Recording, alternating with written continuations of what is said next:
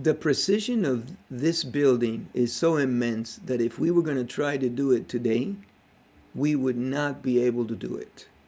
It would take us a tremendous effort and an inconceivable amount of money, probably in the billions, to get something comparable to what this is. This is just an immense, tremendous building. And not only that, it's got so many things locked up in its structure. It's got the dimensions of the Earth.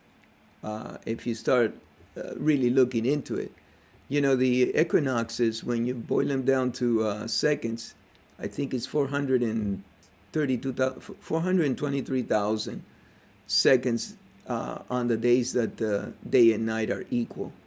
And if you measure, I believe,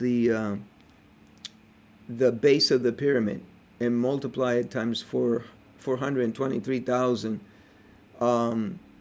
you get the equatorial circumference of the Earth. Okay? And on the longitudinal end, which is the polar radius of the Earth, it's off, I think, by 10 miles, which when you take the entire scope of that mathematical equation is like 98% accurate. So, there's just so many things. Yeah, they had this knowledge. They were advanced. And, to be able to build that. Why is the Pyramid of Giza, the Great Pyramid, why does that one get so much more attention than... Because there's other ones, right? There's a whole area full of pyramids, the way I understand it. There are pyramids in every continent of our Earth. Every continent But has even pyramids. in Egypt, in that area, I believe there's more than just that one. Oh, yeah. I Great think pyramid. Egypt has, if I'm not mistaken, over 100 pyramids. But there's a ton of pyramids everywhere. And now, more discoveries are being made. In Bosnia, they have discovered a pyramid which has some kind of... When you get near to... See, because now they're discovering that they were built in specific areas of the Earth, which... I don't want to butcher some of these things, but this is for fun anyway. I'm in no way or form an expert in anything. But there's You're just the Chinese... a fan of it. Yeah, the Chinese, it's a tremendous culture. And they had something called, I believe, dragon lines or ley lines. And these are energy lines that run through the Earth. And so these pyramids are built in specific areas of the Earth where the electromagnetic radiation of the Earth, or concentrates.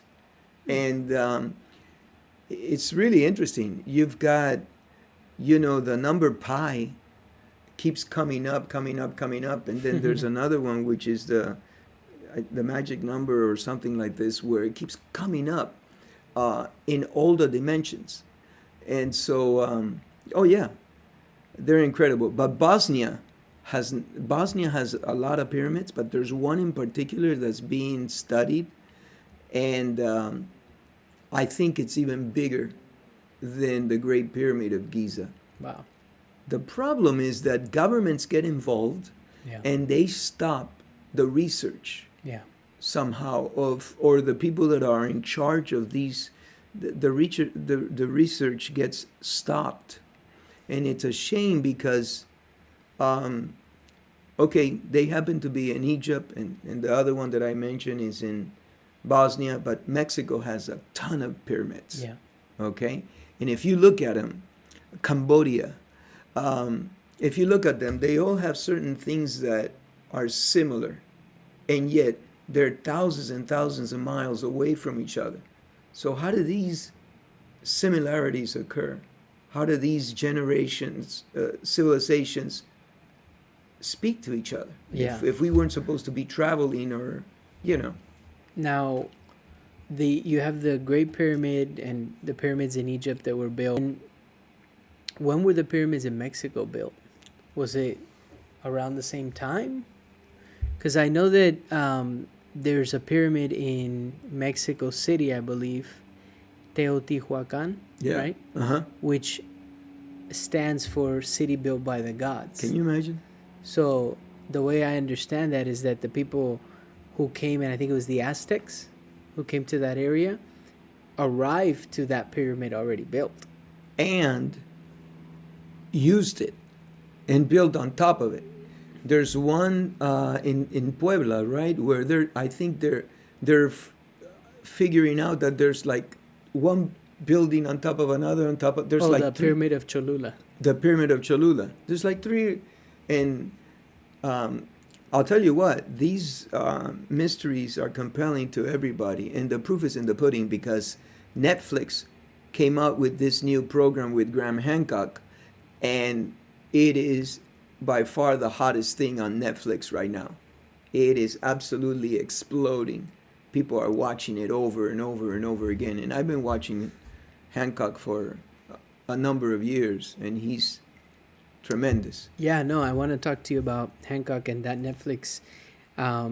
He gets a little hot under the collar every now and then, but you gotta love the guy. I mean, they're pushing him so hard and speaking to his character and the person that he is. All he's trying to do is uncover something that might have happened. Yeah, it seems like he's just trying to say that there's other possibilities.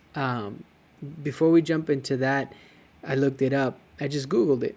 And under history.com, it says, who built Teotihuacán? It's unknown who built the ancient city. Scholars once believed the ancient Toltecs did. However, the Toltec culture was from 900 to 1150 AD. And this is built apparently before that. So it's still unknown. Look, there's a gentleman that just passed away. His name was Anthony West. I think he passed in 2019 or maybe 2020, but just recently, a few years back, okay? And he came up with the idea that the Sphinx, okay, the erosion that you see on the Sphinx of Giza in Egypt could not have been made by wind or sand, that it's a typical water erosion, okay? And they actually got, there's one geologist that really stuck his neck out, but they've brought several to study it. And it's plain as day that erosion is water erosion, okay? Not caused by wind or sand. That would be totally, completely different. So you've got geologists who are scientists. Geology is a science because it's a study of the rocks. The rocks don't lie, okay? The rocks don't lie. And they're studying this and they're saying, hey, man, this is water erosion. Okay, well then when was the last time that it rained a ton in Egypt? Right, and that's the difference, right? It was rain, not river. Correct. It was rain erosion. Correct. And then you have to, get that clock and turn it back thousands of years, and then that brings you into a whole... Right, because if it was built, and there was no massive rains after that, you have to say, okay, well, maybe it was built prior to that. And here's the thing that Anthony West brought up also, which made him so controversial, and to a certain extent they, discarded him. They pushed him aside because he didn't have a degree, I think. He wasn't an Egyptologist with a degree. But nevertheless, he was a tremendous human being, very, very sharp. But see, what he brought up was, look, the erosion on the Sphinx happened due to water. And it had to be thousands and thousands of gallons of rain that dropped down, which means that it was already built when that happened. Therefore, you can date back the erosion to a certain time, but you really can't date the day that it was built. So it got eroded thousands of years ago, but that means it was there already. It wasn't built right before that. No, they didn't build it right before so it could get eroded, and then here we go. Yeah. So it is, and to me, that's the kind of magic in all of this, you know? Yeah. I mean, it is absolutely incredible, tremendous, and there's a lot more to our past than meets the eye.